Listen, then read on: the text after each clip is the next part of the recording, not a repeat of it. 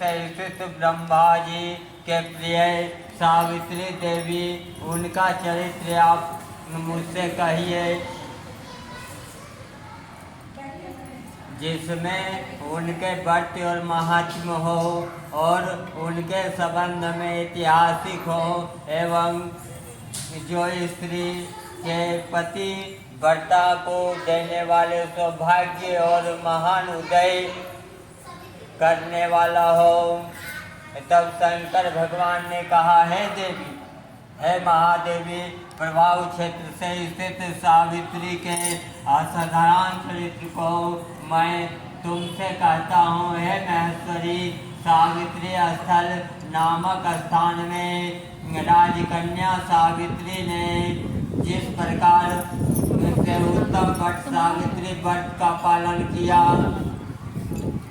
मद्रास देश में एक धर्मात्मा, सभी प्राणियों में हित में तत्पर रहने वाला, राजधानी तथा राज्य में रहने वाली प्रजाओं के प्रिय अश्वपति नामक राजा था, जो कि क्षमाशील, संतान रहित, सत्यवादी और इंद्रियों को बस में रखने वाला था। एक समय वह राजा प्रभाव क्षेत्र से यात्रा के निमित्त वहाँ पर आया और विधि पूर्वक यात्रा करता हुआ सावित्री के स्थल पर पहुँचा।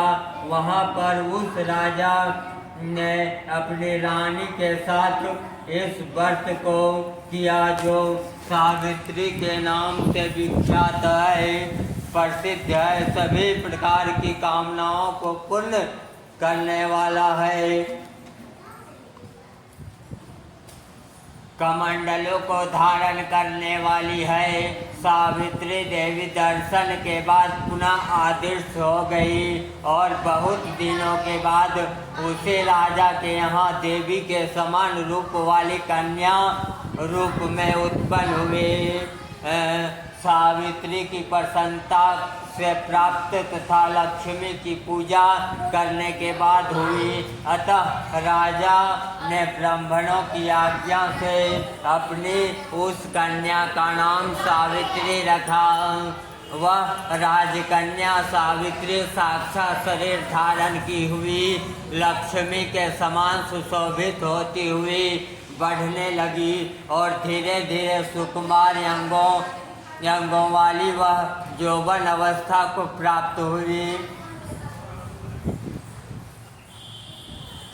जिसके मध्य भाग सुंदर और नित्यम भाग विस्तृत है और जो सुवर्ण की प्रतिमा के सामने दिखाई पड़ती थी। लोग उसे देखकर यही समझते थे कि यह कोई देवकन्या है।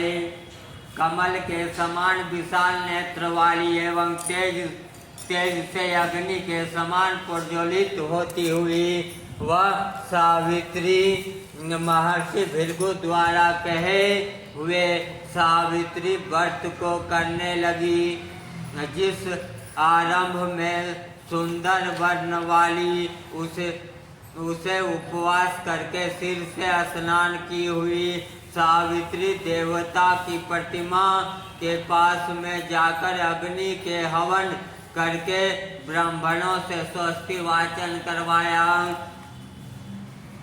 ओम हरे ओम स्वस्ति न इंद्र बृहस्पतिर्वाः स्वस्ति नः पूषा विश्ववेदाः स्वस्ति नक्षत्रो वरिष्ठनेमिः स्वस्ति नो बृहस्पति दधातु।